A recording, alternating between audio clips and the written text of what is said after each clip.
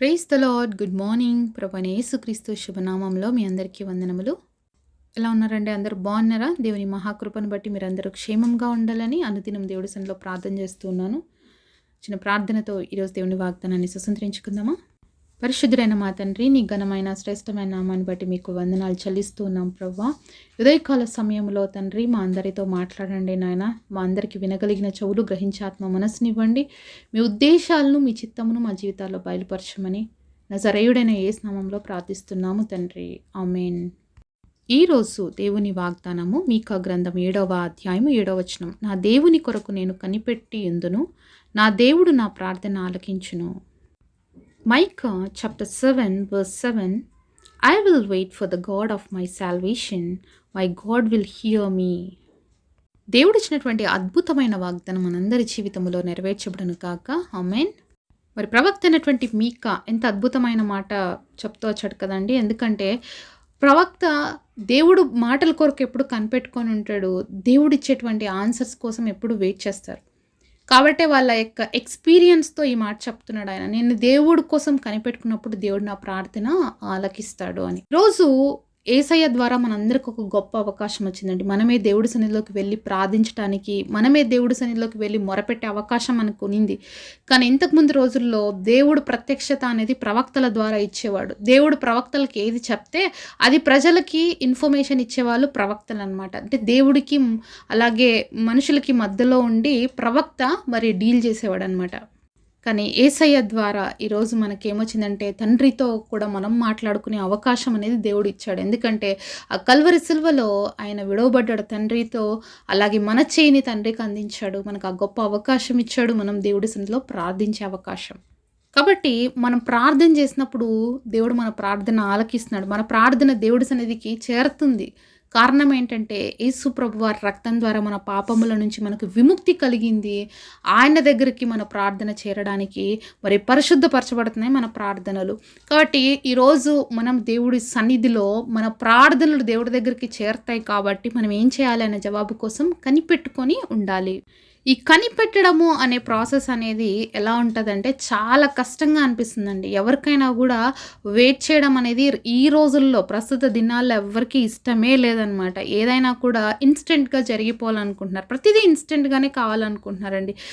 But ఈ instant ప్రాసెస్లో మనం పొందుకోవాల్సిన ఆశీర్వాదాలు ఎన్నో లాస్ అయిపోతున్నాము, ఎన్నో మన జీవితాల్లో నుంచి పోగొట్టుకుంటున్నాము అనే విషయాన్ని మాత్రము మరి గ్రహించలేకపోతున్నాం అనమాట.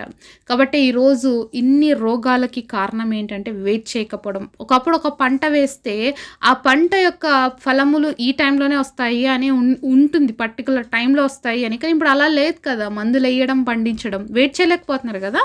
కాబట్టి ఈ వెయిటింగ్ లేకపోవడం వల్ల, మందుల వల్ల, కెమికల్స్ ఎక్కువ వాడడం వల్ల ఈరోజు ప్రతి ఒక్కరు కూడా అనారోగ్య పాలవుతున్నారు. ఇంకొకటి ఏంటి తెలుసా, మంచిగా ప్రాపర్గా హోమ్లీ ఫుడ్ కుక్ చేసుకొని తినే అంత టైం లేదు జనాలకి.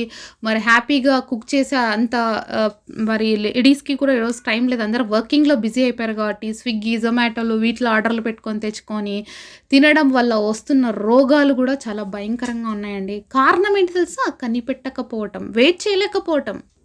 అంటే నా మీనింగ్ ఏంటంటే మీరు పెట్టుకోద్దండి ఆర్డర్లు, తినద్దని కాదు. ఎప్పుడో ఒకసారి తినడం అది సహజం, అది కామన్. బట్ చాలామంది ఇది డైలీ రొటీన్గా మారిపోతుందండి. కాబట్టి కనిపెట్టే అలవాటు అనేది మిస్ అయిపోతుంది. కాబట్టి ఒకసారి దేవుడు మనల్ని హెచ్చరిస్తున్న ఏ రీతిగా అయినా దేవుడు మనల్ని ఆత్మీయంగాను, శారీరకంగాను, మానసికంగాను అన్ని రీతిలుగా కరెక్ట్ చేసేవాడు. ఎందుకంటే ఆయన మన పరమ తండ్రి కాబట్టి.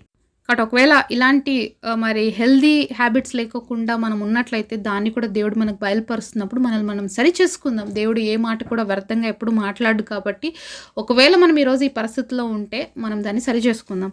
అంతేకాకుండా దేవుడి సన్నిధిలో కనిపెట్టడం నేర్చుకుందాం. దేనికోసమైనా ఎదురు చూసి దాన్ని పొందుకున్నప్పుడు ఆనందమే వేరండి. ఇన్స్టెంట్గా వచ్చే ఆనందాలు వేరు. కానీ మరి దేవుడిచ్చేటువంటి కనిపెట్టడంలో మనం పొందుకున్నప్పుడు వచ్చే ఆనందము చాలా గొప్పగా ఉంటుంది. కనిపెట్టుకొని పొందుకున్న ప్రతి ఒక్కరి జీవితంలో నుండి చాలా అద్భుతాలు చూసాం. ఎందుకంటే మరి బైబిల్‌లో ఆది కాండం నుంచి కూడా మనం చూస్తూ వస్తే, మరి దేవుడు ఎవరి జీవితాల్లో అయితే ఏదైతే ఆలస్యంగా ఇస్తూ వచ్చినాడో, లేట్ చేస్తూ వచ్చినాడో వాళ్ళందరికీ కూడా శ్రేష్టమైన బహుమానాలే ఇచ్చాడండి. ఎందుకంటే అబ్రహాం జీవితం చూస్తే ఎంత అద్భుతమైన బిడ్డని ఇస్సాకుని ఇచ్చాడు. ఎంత విశ్వాసం కలిగిన బిడ్డని దేవుడు ఇచ్చాడు అంటే, మరి తన తండ్రి యొక్క బలిపీఠం మీద పెట్టినా కూడా పారిపోలేదండి. దేవుడికి అర్పణగా అవ్వడానికి కూడా రెడీ అయినాడు. ఇస్సాకు అంత గొప్ప విశ్వాసం కలిగిన బిడ్డని ఇచ్చాడు. మరి యోసేపును చూస్తాం.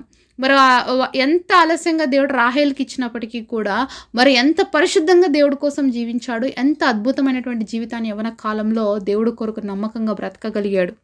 ఇంకా ప్రవక్త అయినటువంటి సమూయేలుని చూస్తే మరి ఆ తల్లి హన్నా ఎంతగానో ప్రార్థన చేసింది. ఎన్నో రోజులు కనిపెట్టింది మరి దేవుడి సన్నిధిలో. అలాంటప్పుడు దేవుడు ఇచ్చినటువంటి అద్భుతమైన బిడ్డ సమూయేలు మరి దేవుడికి ఎంత నమ్మకంగా, మరి చిన్నప్పటి నుంచి కూడా తన యొక్క మరణించేంత వరకు కూడా నమ్మకమైన ప్రవక్త, ఎంత ఇజ్రాయెల్ని గొప్పగా పరిపాలించినటువంటి ప్రవక్త ఆయన. మరి అంత మంచి యోగ్యమైన బిడ్డను దేవుడు ఇచ్చాడు. ఇలా ఆలస్యం జరిగిన ప్రతి ఒక్కరి జీవితంలో కూడా దేవుడు అద్భుతమే చేశాడండి వాళ్ళకి. కాబట్టి ఈరోజు మీ జీవితంలో ఆలస్యం జరుగుతుందా? మీరు కూడా కనిపెడుతూనే ఉన్నారా?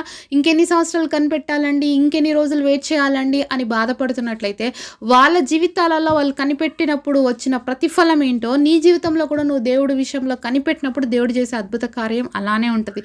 అంతేకాకుండా కొత్త నిబంధనలో కూడా మనం చూస్తే మరి ఎలిజబెత్ అలాగే జక్రయ్య వాళ్ళ జీవితంలో వాళ్ళ వృద్ధాప్యంలోకి వచ్చారు. అలాంటి సమయంలో దేవుడు వాళ్ళకి అద్భుతమైన బిడ్డనిచ్చాడు, యోహాన్ని ఇచ్చాడు.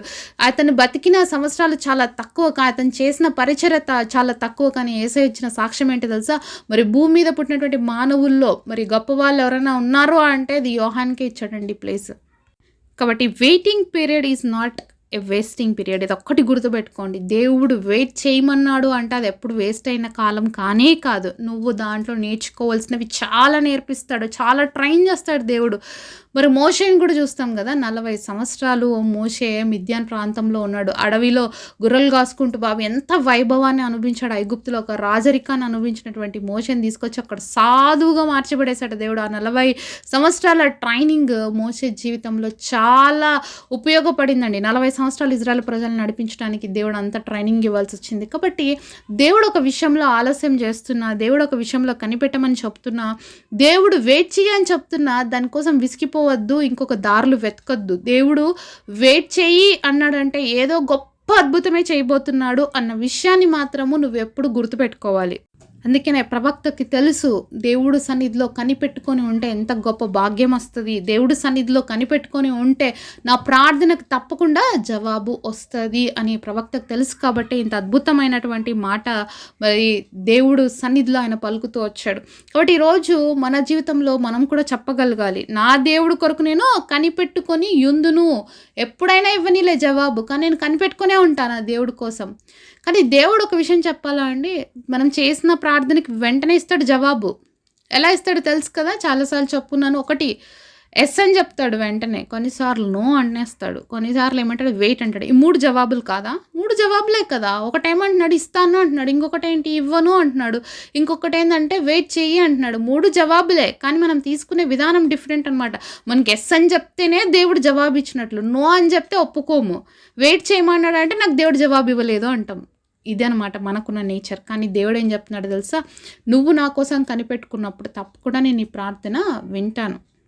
నీకు ఏ సమయంలో ఏది కావాలో నాకు తెలుసు. కాబట్టి నీ సమయం లేదు, అది నీ సమయం కాదన్నప్పుడు దేవుని నీ వెయిట్ అనే చెప్తాడు కదా, వెంటనే ఇచ్చేయలేడు కదా. అది నీకు అవసరం లేకపోతే దేవుడు నీకు ఎందుకు ఇస్తాడు? ఇవ్వడు.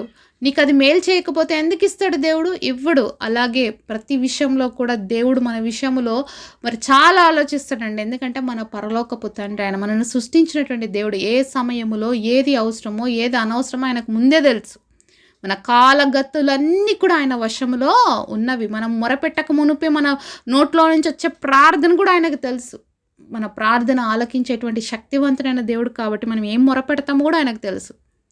కాబట్టి అన్నీ తెలిసిన దేవుడు కాబట్టే నీకు ఏదన్నా వెయిట్ అని చెప్పాడంటే ఖచ్చితంగా వినడమే మనకు చాలా మేలు.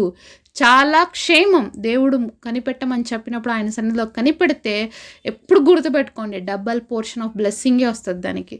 కాబట్టి నువ్వు ఈరోజు వెయిట్ చేస్తున్నావని, చాలా రోజులు అయిపోయిందని, సంవత్సరాలు గడిచిపోతున్నాయి కానీ నేనేం చూడలేకపోతున్నాను, నువ్వు బాధపడుతున్నావా? కానీ నీ కోసం దేవుడు దాచి ఉంచినటువంటి మేలు ఇప్పుడు నీకు అర్థం కాదు, కానీ అది నువ్వు రిసీవ్ చేసుకున్నప్పుడు నువ్వు చెప్పగలుగుతావు, నేను రెండంతలుగా ఆశీర్వాదాన్ని పొందుకున్నాను దేవుడి దగ్గర నుంచి అని. ఈ వాక్యం వింటున్నటువంటి మీలో కూడా చాలామంది చాలా రోజుల నుంచి ఈ విషయాన్ని నాకు కనిపెడుతూ ప్రార్థన చేస్తున్నట్లయితే దేవుడు మీతోనే మాట్లాడుతున్నాడు. ఆయన జరిగించాల్సిన సమయం వచ్చినప్పుడు తప్పకుండా మిమ్మల్ని రెండంతలుగా ఆశీర్వదిస్తాడు. అట్టి గొప్ప అనుభవం మనం అందరం పొందుదుముగాక. పరిశుద్ధుడైన తండ్రి, మీరు ఇచ్చిన ఈ గొప్ప వాగ్దానం కొరకు వందనాలు తండ్రి. మీ సన్నిధిలో కనిపెట్టేవారుగా నాయన, మీరు మా మొరను ఆలకించేంతవరకు కూడా ఓపిగ్గా నీ వైపు చూసే కృపను మా అందరికీ ఇవ్వండి. ఎవరెవరు ఏ విషయాలు బట్టి కనిపెడుతూ మొరపెడుతున్నారా దేవా, ప్రతి ఒక్కరికి నువ్వు జవాబిస్తావు తండ్రి. మేము ఆశతో ఎదురు చూస్తున్నాము. ప్రతి ఒక్కరు కూడా జవాబు పొందుకు నేను మహిమపరిచే కృపనివ్వమని, నీ రెండంతలైనటువంటి ఆశీర్వాదం మా అందరి జీవితాల్లో నింపుమని యేసు నామములో ప్రార్థిస్తున్నాము తండ్రి. ఆమేన్.